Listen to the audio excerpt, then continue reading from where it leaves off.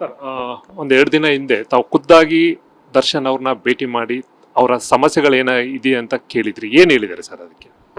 ನಾನು 15ನೇ ತಾರೀಕೆ ಅದು ಪರಪ್ಪನ ಅಗ್ರಹಾರ ಸೆಂಟ್ರಲ್ ಪ್ರಿಸನ್ದು ಒಂದು ರಿವ್ಯೂ ಮೀಟಿಂಗ್ ನಾನು ತಗೊಂಡಿದ್ದೆ 11 ಗಂಟೆಯಿಂದ 4 ಗಂಟೆವರೆಗೆ. ಸೊ ನಾನು 1 ಅವರ್ ಜೈಲ್ದು ಒಂದು ಎಲ್ಲ ಕೈದಿಗಳದ್ದು ಗ್ರಿವ್ಯಾನ್ಸ್ ಕೂಡ ಕೇಳಕ್ಕೆ ನಾವು ಹೋಗಿದ್ದೀವಿ. ಸೊ ನಾವು ಹೈ ಸೆಕ್ಯೂರಿಟಿ ಪ್ರಿಸನ್ ಕೂಡ ಹೋಗಿದ್ದೀವಿ, ಮತ್ತು ವಿಮೆನ್ ಬ್ಲಾಕ್ಲಿ ಹೋಗಿದ್ದೀವಿ, ಕನ್ವಿಕ್ಟ್ ಬ್ಲಾಕ್ ಹೋಗಿದ್ದೀವಿ, ಮತ್ತು UTP ಬ್ಲಾಕ್ ಕೂಡ ಹೋಗಿದ್ವಿ, ಮತ್ತು ಈ ಕಡೆ ಕ್ವಾರಂಟೈನಲ್ಲಿ ಎಲ್ಲರಿಗೆ ಭೇಟಿ ಮಾಡಿದ್ವಿ. ಮತ್ತು ಇನ್ನೊಂದು ವಿಷಯ ಇತ್ತು ಕಿ ನಾವು ಈಗ ಅಲ್ಫಾಬೆಟಿಕಲಿ ಚೇಂಜ್ ಮಾಡಿದ್ದೀವಿ ಹೆಸರು.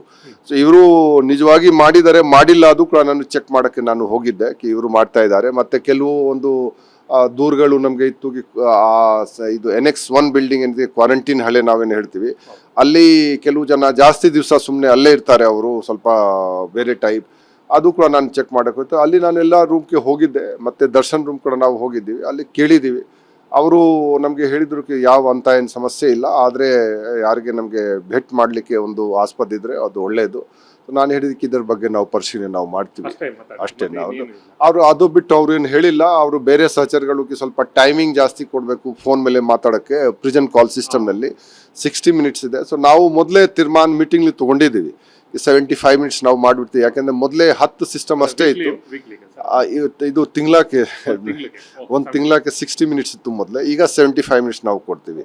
ಸೊ ಮೊದಲೇ 10 ಸಿಸ್ಟಮ್ ಅಷ್ಟೇ ಇತ್ತು ನಮಗೆ, ಈಗ 58 ಸಿಸ್ಟಮ್ ನಮಗೆ ಆಗಿಬಿಟ್ಟಿದೆ. ಈಗ ನಾವು 48 ಹೊಸ ಸಿಸ್ಟಮ್ ಹಾಕ್ತಾ ಇದ್ವಿ.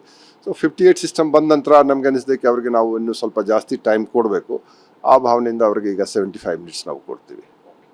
ಓಕೆ, ಇದು ಅಲೋಕ್ ಅವರ ಮಾತು.